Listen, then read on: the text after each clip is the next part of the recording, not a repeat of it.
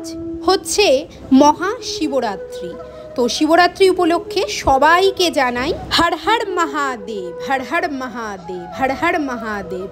নমস্কার বন্ধুরা, দাস কিচেন ব্লগের পক্ষ থেকে সবাইকে স্বাগত। সবাই কেমন আছেন? আশা করি সবাই খুব ভালো আছেন। আজ হচ্ছে মহাশিবরাত্রি। তো কালকে রাত থেকে পড়েছে, আজকে সন্ধে 6টা 18 পর্যন্ত আছে শিবরাত্রি, তারপরেই অমাবস্যা পড়ে যাচ্ছে।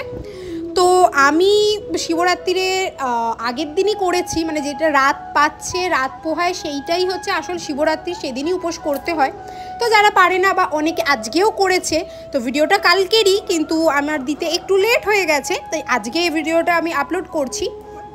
তো প্রথমেই আমি চলে গিয়েছিলাম হচ্ছে আমার বাড়ির কাছাকাছি যে পুজোগুলো হয়, মানে অনেক বড় করে হয় এবং নতুন দুটো মন্দিরও হয়েছে সেইখানে।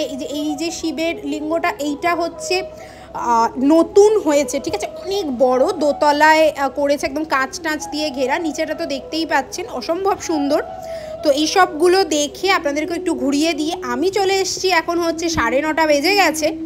তো আমি রেডি হচ্ছি, কারণ 10টার দিকে আমি মন্দিরে যাওয়ার জন্য বের হব। আমি জল ঢালবো হচ্ছে আমার বাড়ির সামনে, একদম পাশেই একটা খুব পুরনো, মানে বহু বছর ধরে এখানে এই পুজো হয়ে আসছে। তো আমি একদম রেডি হয়ে গেছি, ঘরের ঠাকুরকে একটুকুনি দর্শন করে নিলাম, তারপর আমি চলে যাব হচ্ছে জল ঢালতে শিবের মাথায়।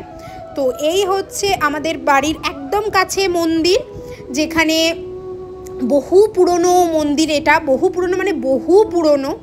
তো এখানে খুব কম করেও আমি বলছি প্রায় 60 বছর ধরে এই মন্দির আছে, এখানে পুজো হচ্ছে। তো আমি এখানেই জল ঢালি প্রতি বছর। তো আমি আজও চলে এসেছি মন্দিরে। তো দেখতেই পাচ্ছি যে একটু ভিড় আছে, তো অবশ্যই ভিড় তো একটু থাকবেই। তো আমি চলে এসেছি, এখন তো লাইনে দাঁড়িয়ে আছি, এক এক করে হচ্ছে, এরপর আমিও জল ঢালবো। আমি বসে পড়েছি, জল ঢালছি আর কি। এখন হচ্ছে শিবরাত্রে বাবার মাথায় জল ঢালছি। তো এরপর পুষ্পাঞ্জলি দেব, তারপরে একটু অনেক দিন পর কি হয় না, পুজো দিতে এলেই পাড়ার অনেকজনের সাথে দেখা হয়, কথা হয়। তো সব সময় তো সেই সুযোগটা হয়েও ওঠে না। তো আমি জল ঢেলে সবার সাথে একটু গল্প টল্প করেই তারপরেই বাড়ি যাব। তো এখানে জল ঢালার পর সর্বপ্রথম যে কাজটা, সেটা হচ্ছে পুষ্পাঞ্জলি দেওয়া হয়ে গিয়ে আমি ঘরে চলে এসেছি।